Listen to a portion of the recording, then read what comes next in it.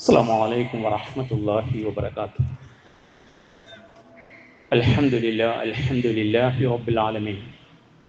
نحمده ونستعينه ونؤمن به ونتوكل عليه ونعوذ بالله من شرور أنفسنا ومن سيئات أعمالنا. من يهده الله فلا مضل له ومن يضلله فلا هادي له. ونشهد أن لا إله إلا الله وحده لا شريك له ونشهد أن محمدا عبده ورسوله أرسله بالهدى ودين الحق ليظهره على الدين كله ولو كره المشركون. اللهم صل على محمد وعلى آل محمد كما صليت على إبراهيم وعلى آل إبراهيم وبارك على محمد وعلى آل محمد كما باركت على إبراهيم وعلى آل إبراهيم في العالمين إنك حميد مجيد. أما بعد فإن خير الحديث كتاب الله وخير الهدي هدي محمد صلى الله عليه وسلم وشر الأمور محدثاتها وكل بدعة ضلالة.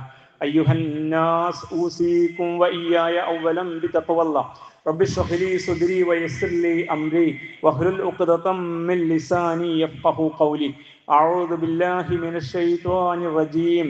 يا أيها الذين آمنوا اتقوا الله حق تقاته ولا تموتن إلا وأنتم مسلمون. صدق الله. الله أكبر الله أكبر الله أكبر لا إله إلا الله والله أكبر الله أكبر ولله الحمد. ബഹുമാന്യരായ സത്യവിശ്വാസികളെ, വിശ്വാസിനികളെ, റബ്ബ് സുബ്ഹാനഹു വ തആലയുടെ കൽപ്പനകൾ ജീവിതത്തിലുടനീളം പാലിച്ചുകൊണ്ട് അവൻ്റെ വിധി വിലക്കുകൾ സൂക്ഷിച്ച് ജീവിക്കണമെന്ന് ആദ്യമായി എന്നോടും തുടർന്ന് എൻ്റെ സഹോദരി സഹോദരന്മാരോട് ഉപദേശിച്ചു. അള്ളാഹുവിൻ്റെ അപാരമായ അനുഗ്രഹത്താൽ ഒരു മാസക്കാലത്തെ വ്രതാനുഷ്ഠാനത്തിന് ശേഷം അള്ളാഹു നമുക്ക് അനുവദിച്ച് നൽകിയ സന്തോഷത്തിൻ്റെ സുദിനമാകുന്ന ഈദുൽ ഫിത്തറിൻ്റെ വേദിയിലാണ് നാം ഒത്തുകൂടിയിരിക്കുന്നത്.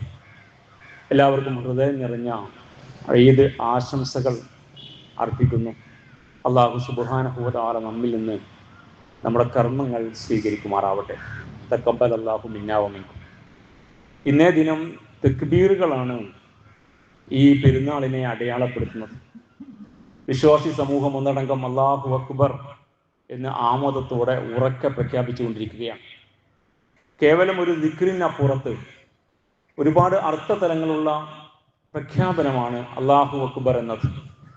ഒരു മാസക്കാലത്തെ വ്രതാനുഷ്ഠാനം പൂർത്തിയാക്കാൻ കഴിഞ്ഞൊരു സന്തോഷം, ആ വ്രതത്തിൻ്റെ പാഠങ്ങൾ ഉൾക്കൊണ്ടുകൊണ്ട് ജീവിക്കാൻ സജ്ജമായതിൻ്റെ അള്ളാഹുവിൻ്റെ സമർപ്പണത്തിൻ്റെ പ്രഖ്യാപനം, സർവോപരി ഒരു മാസക്കാലത്തെ സവിശേഷമായ ജീവിതത്തിലൂടെ നേടിയെടുത്ത തിരിച്ചറിവുകളുടെ ബലത്തിൽ നാഥ നിന്റെ ദാസനായി ദാസിയായി നിന്റെ കൽപ്പനയ്ക്ക് വഴിപ്പെട്ട് ജീവിക്കാൻ ഞാനിതാ തയ്യാറാണെന്ന് ഉറക്കെ പ്രഖ്യാപിക്കുന്ന പ്രതിജ്ഞാവാക്യം, ഇതെല്ലാമാണ് സഹോദരന്മാരെ സഹോദരിമാരെ നാം മുഴക്കിക്കൊണ്ടിരിക്കുന്ന തക്ബീറിൻ്റെ അർത്ഥം. ലാ ഇലാഹ ഇല്ലല്ലാഹു അല്ലാഹു അക്ബർ. വിശുദ്ധ ഖുർആന്റെ പഠനത്തിലൂടെ ആ ഖുർആൻ വന്നു കിട്ടിയതിനെ നന്ദിയോടെ സ്മരിക്കുന്ന മാസം കൂടിയാണ് റമദാൻ മാസം. അതിൻ്റെ പഠനത്തിലൂടെ, വായനയിലൂടെ അള്ളാഹുവാണ് എൻ്റെ അധികാരി, ഉടമസ്ഥൻ, ഞാൻ അവൻ്റെ വിനീത വിധേയനായ ദാസനാണ്, ദാസിയാണ്, അവൻ്റെ കൽപ്പനയ്ക്ക് വഴിപ്പെട്ട് ഞാൻ ജീവിക്കുകയുള്ളൂ, എൻ്റെ സർവാത്മന വിധേയത്വം അള്ളാഹുവിന് ഞാനിതാ വകവെച്ച് കൊടുക്കുന്നു, അവളുടെ വിശ്വാസം ഉറക്കെ പ്രഖ്യാപിക്കുന്നു. ലാ ഇലാഹ ഇല്ലല്ലാഹു അല്ലാഹു അക്ബർ അല്ലാഹു അക്ബർ വലില്ലാഹിൽ ഹംദ്. ആ നാഥന്റെ പാതയിൽ ജീവിക്കാൻ എനിക്ക് അവസരം കിട്ടിയത് മുഖേന ഞാൻ അവനോട് നന്ദിയുള്ളവനാണ്. അതുകൊണ്ട് അള്ളാഹുവിന് സർവസ്തുതിയും, അള്ളാഹുവാണ് മഹത്തുടയവൻ എന്നിങ്ങനെ വിശ്വാസികൾ പ്രഖ്യാപിക്കുകയാണ്.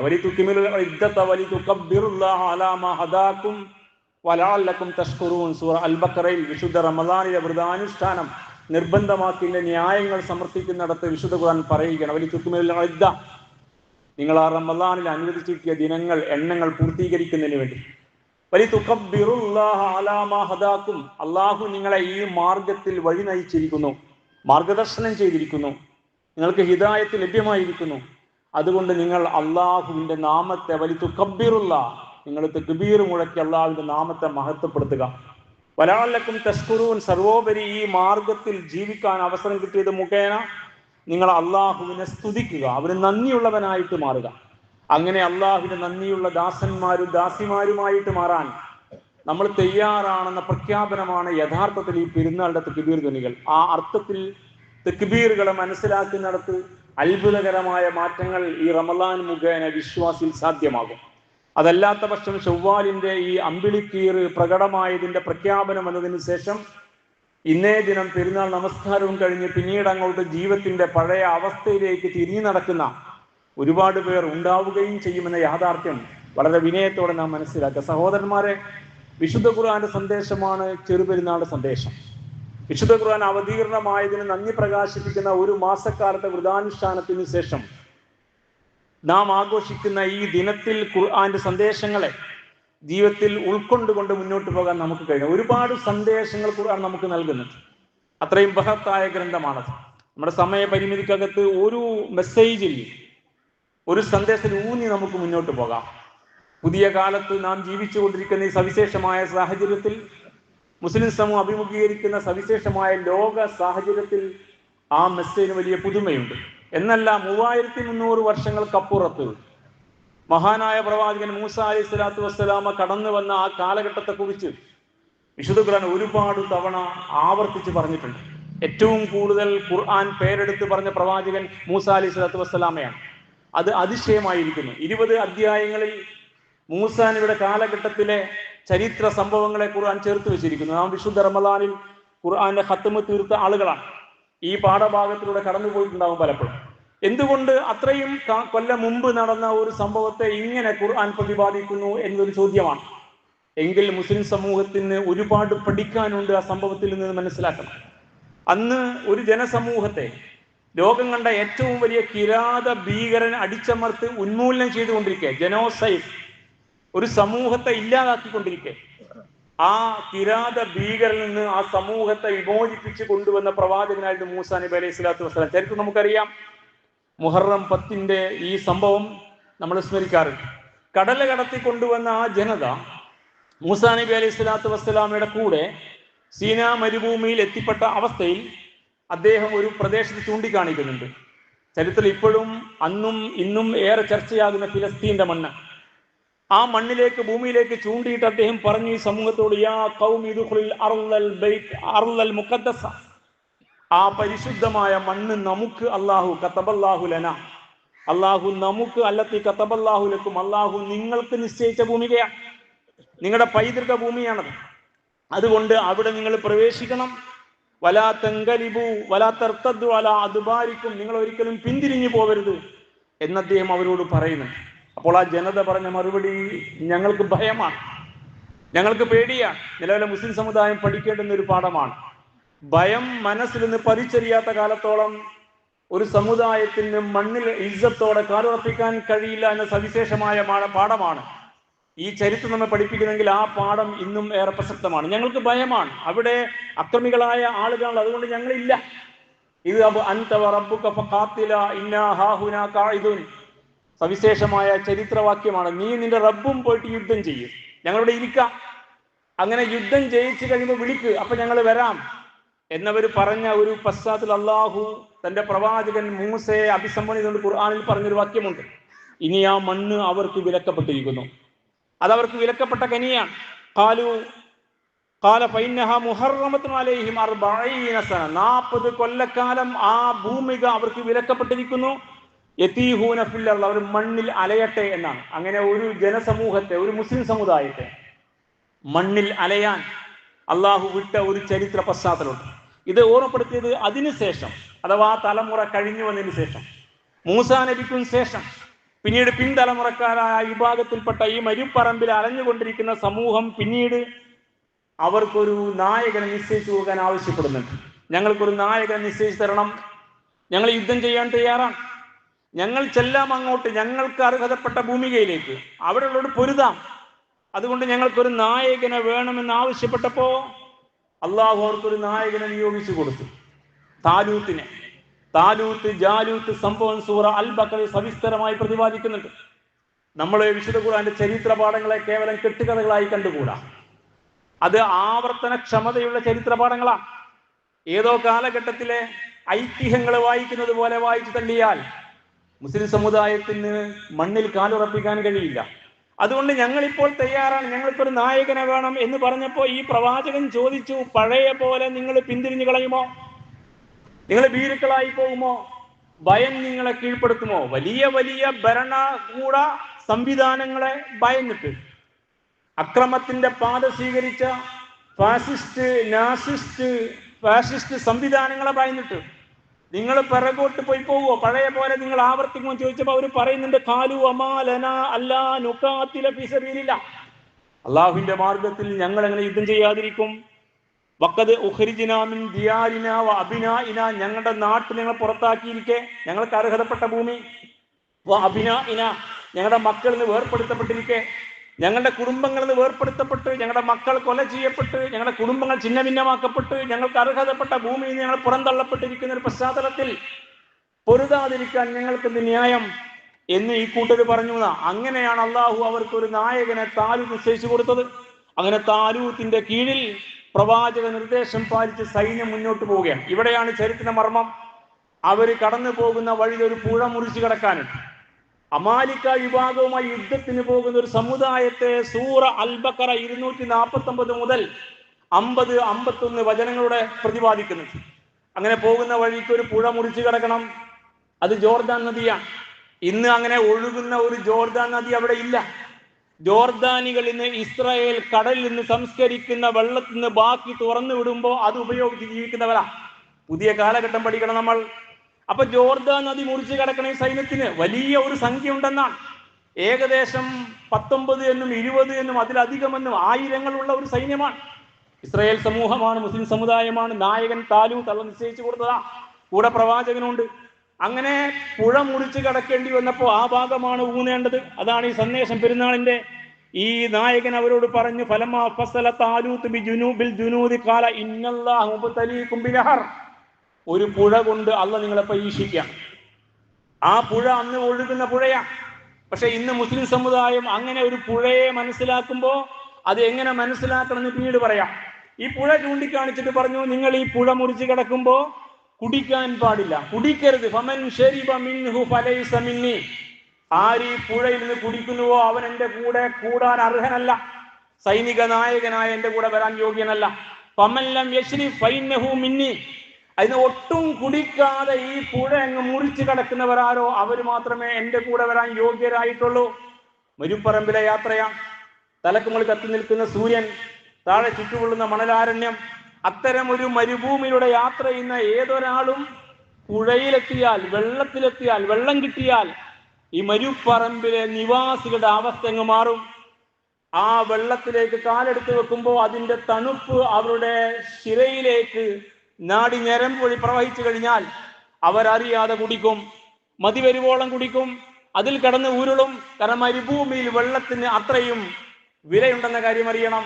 അത്തരം ഒരവസ്ഥയാണ് കുടിക്കരുത്, അരുത് എന്നാണ് റമദാൻ മാസം നമ്മുടെ അരുത് എന്നാണ് പറഞ്ഞത്. കുടിക്കരുത്, കഴിക്കരുത്, ഭോഗിക്കരുത്. നിയന്ത്രിക്കണം കണ്ണിനെ, കാതിനെ, ശരീരത്തെ, ഇച്ഛയെ, നിന്റെ താല്പര്യങ്ങളെ, സാമ്പത്തിക താല്പര്യങ്ങളെ, രാഷ്ട്രീയ വ്യാമോഹങ്ങളെ, വർഗ താല്പര്യങ്ങളെ, വർണ്ണ താല്പര്യങ്ങളെ എല്ലാം വലിച്ചെറിയണം. അങ്ങനെ പൂർണ്ണമായും അല്ലാഹു പറഞ്ഞ കൽപ്പനയ്ക്ക് വിധേയപ്പെട്ട് ജീവിക്കണം. അതാണ് തഖ്വ. തഖ്വയുടെ സന്ദേശമാണ് റമദാൻ, തഖ്വയുടെ സന്ദേശമാണ് ഈ പെരുന്നാൾ. അതുകൊണ്ട് അരുത്, കുടിക്കരുത് എന്ന് പറഞ്ഞു. അങ്ങനെ ഇവരങ്ങ് പുഴയിലേക്ക് ഇറങ്ങിയപ്പോൾ എന്ത് സംഭവിച്ചു? ആ പുഴയിലെ നൈർമല്യം തുളുമ്പുന്ന വെള്ളത്തിന്റെ തണുപ്പ് കാൽപാദങ്ങളെ തൊട്ടപ്പോൾ അത് അവരുടെ നാടി ഞരമ്പിൽ സന്ത്രാസം ഉണ്ടാക്കിയപ്പോൾ മഹാഭൂരിപക്ഷവും കുടിച്ചു. ഖുർആൻ പറയാ, അവരിന്ന് വലിയൊരു ശതമാനം കുടിച്ചു. മിന്നി, ആര് കുടിക്കാതിരിക്കുന്നുവോ അവൻ മാത്രമേ എന്റെ കൂടെ വരാൻ അർഹനായിട്ടുള്ളൂ. വേണമെങ്കിൽ ഒരു കൈ കുടന്ന കോരി കുടിക്കാം. ഒരു കൈക്കുമ്പിൾ കുടിക്കുക എന്ന് പറയുമ്പോൾ മഹാൻവ്രതന്മാരായ മുഫസ്സിരീങ്ങൾ പറയുന്നു, ഒരു ഇത്തിരി കുടിച്ചാൽ അവന് നിയന്ത്രണം നഷ്ടപ്പെടും, പിന്നെ മതി വരുവോളം കുടിക്കും. അപ്പൊ ഇത്തിരി കുടിക്കുന്ന ഇളവല്ല, അതൊരു വലിയ പരീക്ഷണമാണെന്ന്. അതുകൊണ്ട് വേണമെങ്കിൽ ഒരു കൈ കുടന്ന കുടിക്കാം എന്ന് പറഞ്ഞാൽ ഒരു കൈ കുടന്ന കുടിച്ചാൽ നിർത്താൻ കഴിയില്ല. അതുകൊണ്ട് കുടിക്കാതിരിക്കലാണ് ഏറ്റവും കരണീയം. അതുകൊണ്ട് കുടിക്കാത്തവർ മാത്രമേ കൂടെ വരാവൂ. ഫശരിബൂ മിൻഹു ഇല്ലാ ഖലീല മിൻഹും, ആ വലിയ എണ്ണം മുസ്ലിം സമുദായത്തിന്റെ സൈന്യത്തിൽ നിന്ന് കുറച്ചു പേരൊഴികെ ബാക്കി എല്ലാവരും കുടിച്ചു. സഹോദരന്മാരെ, അത് ജോർദാൻ നദിയിലെ വെള്ളമാണ്. പക്ഷെ ഇവിടെ ഒരു നദി ഒഴുകുന്നുണ്ട്. നദിയല്ല, വലിയൊരു കടൽ.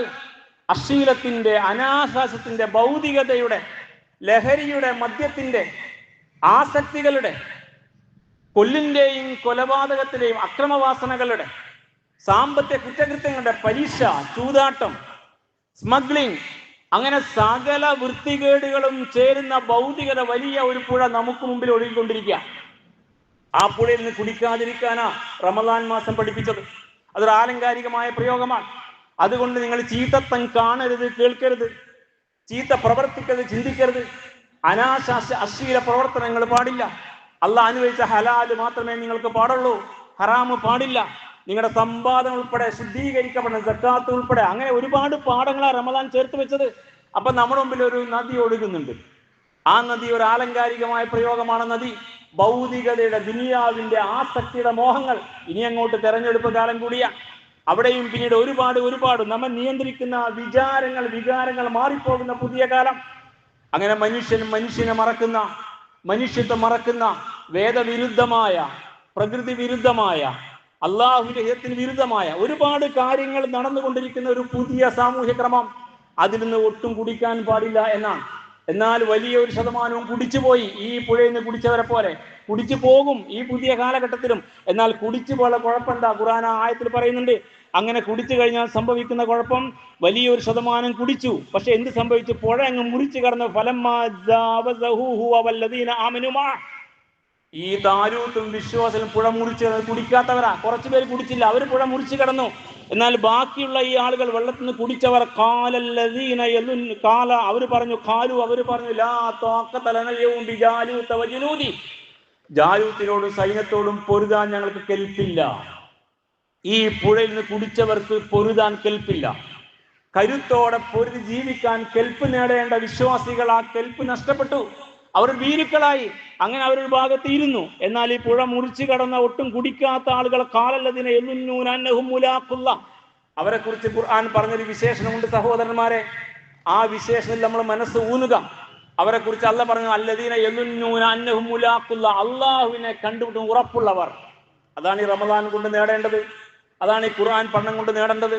അതാണ് ബദറും ചരിത്രമൊക്കെ പഠിച്ചവർക്ക് ഉണ്ടാകേണ്ട സവിശേഷമായ ഗുണം. നാം അള്ളാഹുവിനെ കണ്ടു ഉറപ്പുണ്ടാവണം. ആ ഉറപ്പുള്ള ആളുകൾ പറഞ്ഞു, കമ്മിൻ ഫിയത്തിൻ ഖലീലത്തിൻ ഖലബത്ത് ഫിയത്തൻ കസീറത്തൻ ബിഇദ്നില്ലാ. എത്ര വലിയ സംഘങ്ങളോടാണ് ചെറു സംഘങ്ങൾ ഏറ്റുമുട്ടിയത്. അങ്ങനെ അവർ ജയിച്ചത്. ബദറിൽ ചെറു സംഘം വലിയ സംഘത്തെ പരാജയപ്പെട്ട ചരിത്രം കൂടി സ്മരിച്ച റമദാനാണ് നമ്മുടെ റമദാൻ. അങ്ങനെയെങ്കിൽ ചെറു സംഘം വലിയ സംഘത്തെ പരാജയപ്പെടുത്തിയ ചരിത്രത്തെ അനുസ്മരിച്ചുകൊണ്ട് അവർ പറഞ്ഞു, ഞങ്ങൾ അള്ളാഹുവിന്റെ മാർഗത്തിൽ മുന്നോട്ട് പോകും. വല്ലാഹു മഅസ് സാബിരീൻ, ഈ മാർഗത്തിൽ ഉറച്ച് നിൽക്കുന്നതിലൂടെ അള്ളാഹു ഉണ്ടെന്ന്. അങ്ങനെ അവർ പോയി. ഈ ചെറുസംഘം 313 പേർ എന്നാണ് ചരിത്രം. ബദറിലെ എണ്ണവും അതിന്റെ പരിസരത്താ. ഇതൊരു ചരിത്രപരമായ പാഠമാണ്. ആ സൈന്യം മുന്നോട്ട് പോയി ജാലൂത്തുമായി പൊരുതി. ആ കൂട്ടത്തിൽ ഒരു ടീനേജുകാരനുണ്ട്, ഒരു ചെറിയ പയ്യൻ. അത് ദാവൂദാണ്, പിന്നീട് പ്രവാചകനായ ദാവൂദ് അലൈഹി സ്വലാത്തു വസ്സലാം. ദാവൂദിന്റെ കവണയിൽ കൊരുത്ത കല്ല് ജാലൂത്ത് നേരെ വിട്ടപ്പോൾ യുദ്ധപ്രഭുവായ ജാലൂത്തിന്റെ മസ്തകം പിളർന്ന് ജാലൂത്ത് വീണു. അങ്ങനെ ആ സൈന്യം പരാജയപ്പെട്ടോടി. അങ്ങനെ ഈ പ്രദേശം തിരിച്ചു പിടിച്ചു. ഇതൊരു ചരിത്ര പാഠമാണ്. ഈ പാഠം എങ്ങനെയാണ് പെരുന്നാളിന്റെ സന്ദേശമാവുക എന്ന് ആലോചിച്ച് നോക്കുക. തഖ്വ മുറുകെ പിടിച്ച് മുന്നോട്ട് പോകുന്ന സമൂഹത്തിന് മാത്രമേ മണ്ണിൽ കാലുറപ്പിക്കാൻ കഴിയൂ. ഇതാണ് ഇസ്ലാം നൽകുന്ന പാഠം. ഇതാണ് ഈ പാഠം. തഖ്വ എന്ന് പറഞ്ഞാൽ അരുതെന്ന് പറഞ്ഞ കാര്യങ്ങൾ ചെയ്യാതിരിക്കാനും അനുവാദമുള്ളത് മാത്രം ചെയ്യാനും നാം തൽപരരാകുമ്പോൾ തഖ്വ സാധ്യമാകും. അതാണ് റമദാന്റെ ഉദ്ദേശം, ലഅല്ലക്കും തത്തഖൂൻ. അതുകൊണ്ട് കുടിക്കരുത് എന്ന് പറയുമ്പോൾ കുടിക്കാതിരുന്നവർ അവർ വിജയിച്ചു, കുടിച്ചവർ പരാജയപ്പെട്ടു. ഈ ദുനിയാവിന്റെ വ്യാമോഹങ്ങളിൽ നിന്ന് കുടിക്കരുത് എന്ന ഇസ്ലാമിന്റെ കൽപ്പനയെ റമദാൻ എങ്ങനെ പ്രയോഗവൽക്കരിച്ചുവോ, ഒരു മാസക്കാലത്തെ വ്രതമാസത്തെ നിയന്ത്രണത്തിലൂടെ അത് അങ്ങനെ തന്നെ തുടരാൻ കഴിയുന്നവർക്ക് ജയിക്കാൻ സാധിക്കും. തഖ്വ കൊണ്ട് മാത്രമേ അതിജീവനം സാധ്യമാകൂ. അതുകൊണ്ടാണ് റമദാൻ ലക്ഷ്യം തഖ്വയായത്. തഖ്വ കൊണ്ട് മാത്രമേ സമുദായത്തിന് ജയിച്ചുകൊണ്ട് കാലുറപ്പിക്കാൻ കഴിയൂ. അതുകൊണ്ടാണ് സഹോദരന്മാരെ ബദറിന്റെ വിജയം റമദാൻ ചേർത്ത് വെച്ചത്. വ്രതാനുഷ്ഠാനം നിർബന്ധമായത് ഹിജ്റ 2-ാം വർഷത്തിലാ. സക്കാത്ത് നിർബന്ധമായത് ഹിജ്റ 2-ാം വർഷത്തിലാ. ബദറിന്റെ പാഠം ആദ്യമായി ഇതിന് അനുവാദം കിട്ടിയിട്ട് നടന്ന യുദ്ധവും റമദാൻ രണ്ടാം വർഷത്തിലാണ്. ഇതൊരു സവിശേഷമായ ചേരുവയാണ്. ഈ കോമ്പിനേഷൻ ആർക്ക് പഠിക്കാൻ കഴിഞ്ഞുവോ അവർക്ക് പുതിയ കാലത്ത് ബദറിന്റെ ആവർത്തനം മനസ്സിലാക്കാൻ കഴിയും. ഭീരുക്കളായി മുന്നോട്ട് പോകുന്ന ഒരു സമുദായത്തിന് അതിജീവിക്കാൻ കഴിയില്ല. ഈ ഭൗതികതയുടെ സകലതും കോരിക്കുടിക്കുന്നവർക്ക് ജയിക്കാൻ കഴിയില്ല. ഈ സവിശേഷമായ പാഠമാണ് റമദാനിന്റെ പാഠം എന്ന് നിങ്ങൾ അറിയണം. അതുകൊണ്ട് സഹോദരന്മാരെ, ഇരുന്ന് പോകുന്ന സമുദായമാണ് നമ്മൾ കണ്ടുകൊണ്ടിരിക്കുന്നത്. ഇരുന്ന് പോകുന്ന ഞങ്ങൾക്ക് കഴിവില്ല. എന്ന് അവർ പറഞ്ഞില്ലേ, ജാലത്തിന് പൊരുതാൻ കഴിയില്ല, ഞങ്ങൾക്ക് ശേഷിയില്ല. അങ്ങനെ അള്ളാഹുവിനെ ഭയപ്പെടേണ്ടതിന് പകരം പഴയ കാലഘട്ടത്തിൽ ചരിത്രം പഠിപ്പിച്ച ഫിറൗന്മാരുടെ അഭിനവ ഫറോവമാരെ ഭയപ്പെടുന്ന, ഖുർആൻ പഠിപ്പിച്ച നമ്രൂദ് ഉണ്ടല്ലോ, അഭിനവ നമ്രൂദ്മാരെ ഭയപ്പെടുന്ന, അങ്ങനെ അവിടെ ഇംഗത്തിനനുസരിച്ച് അവർക്കനുസരിച്ച് കാര്യങ്ങൾ ചെയ്തുകൊണ്ടിരിക്കുന്ന ആളുകൾ, അത്തരം ആളുകൾക്ക് ജയിക്കാൻ കഴിയില്ല. കഴിഞ്ഞ 2-3 ദിവസം മുമ്പ് റഷ്യയിലെ വിദേശകാര്യമന്ത്രി ഒരു വർത്തമാനം പറഞ്ഞില്ലേ, നിങ്ങളത് കേട്ടിട്ടുണ്ടാകും. അദ്ദേഹം പറഞ്ഞ വർത്തമാനം അള്ളാഹുവിനെ ഭയപ്പെടുന്നതിലേറെ അറബ് ഭരണാധികാരികൾ ട്രംപിനെ ഭയപ്പെടുന്നു എന്നാണ്. റഷ്യൻ ഭരണാധികാരിയായിരിക്കുന്ന ഈ കക്ഷി മുസ്ലിം അല്ല കേട്ടോ. പക്ഷെ ചരിത്രം വായിക്കുന്നവർക്ക് മനസ്സിലാകുമല്ലോ എന്താണ് യാഥാർത്ഥ്യമെന്ന്. ഇന്ന് നടന്നുകൊണ്ട് യുദ്ധത്തിൽ ഇത് കാണാൻ പറ്റും. ആരെയാണ് ഭയപ്പെടുന്നത്? ഫറോവയെ ഭയപ്പെടുന്ന, അഭിനവ ഫറോവമാരെ ഭയപ്പെടുന്ന, അഭിനവ നമ്രൂദ്മാരെ ഭയപ്പെടുന്ന ഒരു സമുദായം. അവർ ഈ സുഖലോലുപതരെ എല്ലാം മതിയാവോളം കോരി കുടിച്ചുകൊണ്ടിരിക്കണം. മരണത്തെ അവർക്ക് ഭയമാണ്. അവർ കരുത്തരല്ല, ഭീരുക്കളാണ്.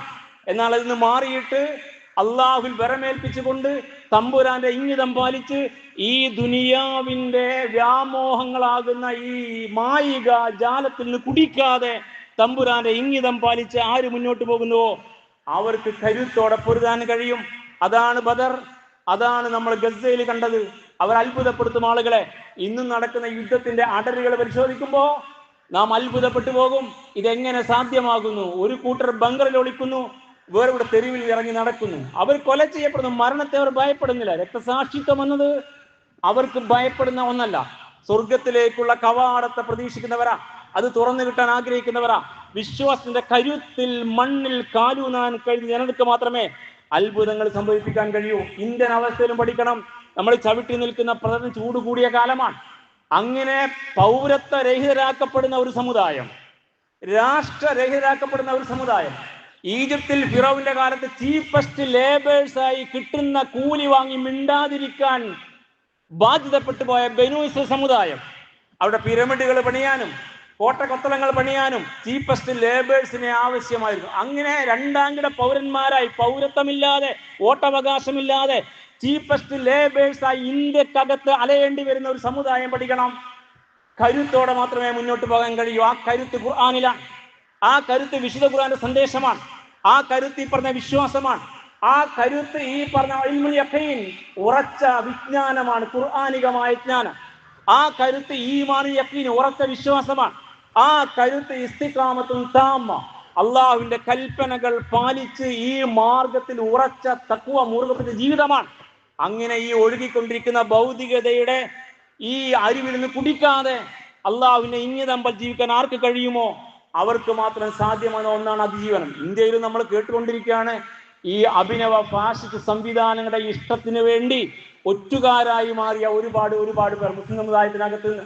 പ്രശ്നങ്ങളൊന്നുമില്ല, ഞങ്ങൾ സംതൃപ്തരാണെന്ന് ഇവര് ഫത്വ കൊടുക്കുന്നു. ആ ഫത്വയെ മുറുകെ പിടിച്ച് മുസ്ലിം സമുദായത്തെ ഇല്ലായ്മ ചെയ്യുന്ന പ്രവർത്തനങ്ങൾ നിരന്തരമായി നടന്നുകൊണ്ടിരിക്കുന്നു. അങ്ങനെ തങ്ങളുടെ കയ്യിലുള്ള ആസ്തിയിലേക്ക് വിദ്വേഷത്തിന്റെ ഭരണകൂടം കടന്നു വരാതിരിക്കാൻ തന്ത്രങ്ങൾ മെനയുന്നു. ഇതൊക്കെ നടന്നുകൊണ്ടിരിക്കെ നമ്മളിങ്ങനെ ഒന്നും അറിയാത്തവരെ പോലെ ദിക്റും ചൊല്ലി മുന്നോട്ട് പോകുന്നു എങ്കിൽ ഈ സമുദായം പരിചര്യപ്പെടുമെന്ന പാഠം കൃത്യമായി പഠിക്കണം. മുസ്ലിം സമുദായത്തെ അലയാൻ അല്ലാഹു വിടുമെന്ന് ഫിറഔനിന്റെ കാലഘട്ടത്തിലെ സമുദായത്തിൽ പഠിപ്പിക്കുന്നുണ്ട് എങ്കിൽ നമ്മൾ ഈ മണ്ണിൽ അലയേണ്ടി വരും. യതീഹൂന ഫിൽ അർദ്, ഭൂമിയിൽ അലയാൻ വിടും തമ്പുരാൻ. അതുകൊണ്ട് തിരിച്ചു നടക്കുക. വഫിറൂ ഇലല്ലാഹ്, അള്ളാഹുവിലേക്ക് തിരിച്ചു നടക്കുക, വിശുദ്ധ ഖുർആനിലേക്ക് തിരിച്ചു നടക്കുക, റമദാന്റെ പാഠത്തിലേക്ക് തിരിച്ചു നടക്കുക. ആ പാഠത്തെ ഉൾക്കൊണ്ട് ഇനി അങ്ങോട്ട് ജീവിക്കുക കരുത്തോടെ മണ്ണിൽ. അതുകൊണ്ട് സ്വന്തത്തോട്, സ്വന്തം ഇച്ഛയോട്, പൈശാചികതയോട്, ഈ അധാർമികതയോട്, ഈ ഭൗതികതയോട്, ഈ അഭിനവ ഫറവമാരായ കുഞ്ഞുങ്ങളെ കൊല്ലുന്ന ഭരണകൂടത്തോട്, ഏകത വിശ്വാസത്തെ ഇല്ലാതാക്കാൻ ശ്രമിക്കുന്ന അഭിനവ നമ്രൂദ്മാരോട് പൊരുതി ജീവിക്കാൻ എവിടെ മുസ്ലിം സമുദായം കരുത്ത് കാണിക്കുന്നുവോ അവിടെ അവർ കാലുറപ്പിച്ചു നിൽക്കും മണ്ണിൽ ഇസ്സത്തോടെ എന്ന സവിശേഷമായ പാഠം ഉൾക്കൊള്ളാൻ ഈ റമദാനിന്റെ പെരുന്നാൾ സന്ദേശമായിട്ട് ഈ സവിശേഷമായ പാഠം പഠിക്കാൻ നമുക്ക് സാധിച്ചാൽ അത്ഭുതങ്ങൾ സംഭവിക്കും. അത് മാത്രമാണ് രക്ഷാമാർഗം, അത് മാത്രമാണ് ഈ മോചനത്തിന്റെ മാർഗം. ആ പാതയിൽ മുന്നോട്ട് പോകാൻ കരുത്തരായി തീരാൻ അള്ളാഹു നമ്മെ സഹായിക്കുമാറാവട്ടെ. സവിശേഷമായ ഖുർആന്റെ പാഠം ഇനിയും തുടരുക. റമദാൻ കഴിഞ്ഞാൽ മൂലയിലേക്ക് മാറ്റിവെക്കേണ്ട ഒന്നല്ല, നെഞ്ചോട് ചേർത്ത് വെക്ക ഖുർആനിനെ, അതിന്റെ സവിശേഷമായ പാഠത്തെ. ആ പാഠം പഠിക്കുന്ന വിശ്വാസി കണ്ണു തുറന്ന് നോക്കട്ടെ, മുമ്പിൽ കാണാം ഒരുപാട് ഒരുപാട് അത്ഭുതങ്ങൾ. അപ്പോൾ അവന് നിലപാടുണ്ടാകും, ഉറച്ച നിലപാട് തറ നിൽക്കാൻ കഴിയും. തറ നിലപാടുകാരനായിട്ടല്ല, ഉറച്ച നിലപാട് തറയിൽ അനമിനൽ മുസ്ലിം, ഞാനൊരു മുസ്ലിമാണെന്ന് പറഞ്ഞ് ജീവിക്കാൻ കഴിയും. മുഴുവൻ മനുഷ്യൻ ഉൾക്കൊണ്ടുകൊണ്ട് മുന്നോട്ട് പോകാൻ കഴിയും. ഇതാണ് സവിശേഷമായ റമദാന്റെ പാഠം. സഹോദരന്മാരെ, അറിയണം, ഈ പെരുന്നാൾ ഇങ്ങനെ ആഘോഷിക്കാൻ കഴിയാത്ത ഒരുപാട് പേരുണ്ട്. നമ്മുടെ രാജ്യത്ത് ജയിലറയിൽ കിടക്കുന്ന മുസ്ലിം സമുദായത്തിലെ ചെറുപ്പക്കാർ ഒരുപാട് പേർ, പീഡനങ്ങൾ അനുഭവിച്ചവർ, ബുൾഡോസ് ചെയ്യപ്പെട്ടവർ, അതിനപ്പുറത്ത് ലോകാടിസ്ഥാനത്തിൽ പീഡനം അനുഭവിക്കുന്ന ഒരുപാട് ഒരുപാട് മുസ്ലിം സഹോദരന്മാർ. അവരോട് ഐക്യം പ്രഖ്യാപിക്കുക, അവർക്കൊരു പ്രാർത്ഥിക്കുക, മതിമറന്ന് ആഹ്ലാദിക്കാതിരിക്കുക. റമദാനിന്റെ ചൈതന്യം ഉൾക്കൊണ്ടുകൊണ്ട് ഈ ദിനവും ശേഷവും തുടരുക. അവിധം അള്ളാഹുവിന്റെ മാർഗത്തിൽ മുന്നോട്ട് പോകാൻ അള്ളാഹു നമ്മെ അനുഗ്രഹിക്കുമാറാവട്ടെ. നമ്മിൽ നിന്ന് മരിച്ചുപോയവർക്ക് അള്ളാഹു മഗ്ഫിറത്തും മർഹമത്തും നൽകുമാറാവട്ടെ. നമ്മളെ രോഗികൾക്ക് നാഥൻ ശിഫയും ശമനവും നൽകി അനുഗ്രഹിക്കുമാറാവട്ടെ. റമദാന്റെ സവിശേഷമായ പാഠങ്ങളെ കൂടെ നിലനിർത്തിക്കൊണ്ട് മുന്നോട്ട് പോകാൻ അള്ളാഹു നമ്മെ കരുത്തരാക്കുമാറാവട്ടെ. ഉറച്ച വിജ്ഞാനവും ഉറച്ച അറിവും അള്ളാഹുവിന്റെ മാർഗത്തിൽ സ്ഥിരതയും ഇസ്തിഖാമത്തും അള്ളാഹു നമുക്ക് പ്രദാനം ചെയ്യുമാറാവട്ടെ. പ്രയാസങ്ങൾ അനുഭവിക്കുന്ന മുസ്ലിം സമുദായത്തിന് അള്ളാഹു എളുപ്പം നൽകി അനുഗ്രഹിക്കുമാറാവട്ടെ. നമ്മുടെ കൂടെ ജീവിക്കുന്ന സകല സഹോദര സമുദായങ്ങളെയും ചേർത്ത് പിടിക്കാൻ അള്ളാഹു നമുക്ക് ഉദവി നൽകുമാറാവട്ടെ. മനുഷ്യത്വത്തിന്റെ ധാർമ്മികതയുടെ പാഠങ്ങൾ ഉൾക്കൊണ്ടുകൊണ്ട് മണ്ണിൽ കരുത്തോടെ എഴുന്നേറ്റ് നിൽക്കാൻ അള്ളാഹു നമ്മെ സഹായിക്കുമാറാവട്ടെ. റബ്ബന ആതിനാ ഫിദ്ദുനിയ ഹസന വഫിൽ ആഖിറതി ഹസനതൻ വഖിനാ അദാബന്നാർ. അല്ലാഹുമ്മ ഗ്ഫിർ മുഅ്മിനീന വൽ മുഅ്മിനാത്ത് വൽ മുസ്ലിമീന വൽ മുസ്ലിമാത്ത് അൽ അഹ്യാഇ മിൻഹും വൽ അംവാത്ത് إنك مجيب الدعوات يا قاضي الحاجات. اللهم أعز الإسلام والمسلمين وأذل الشرك والمشركين. اللهم أجرنا من النار، اللهم أجرنا من النار، اللهم أجرنا من النار.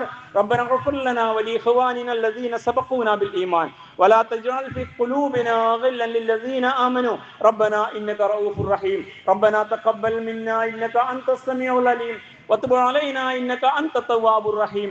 واغفر لنا يا غافر المذنبين وارحمنا بأنواه رحمتك يا أرحم الراحمين. سبحان ربك رب العزة عما يصفون وسلام على المرسلين والحمد لله رب العالمين. الله أكبر الله أكبر الله أكبر لا إله إلا الله والله أكبر الله أكبر ولله الحمد.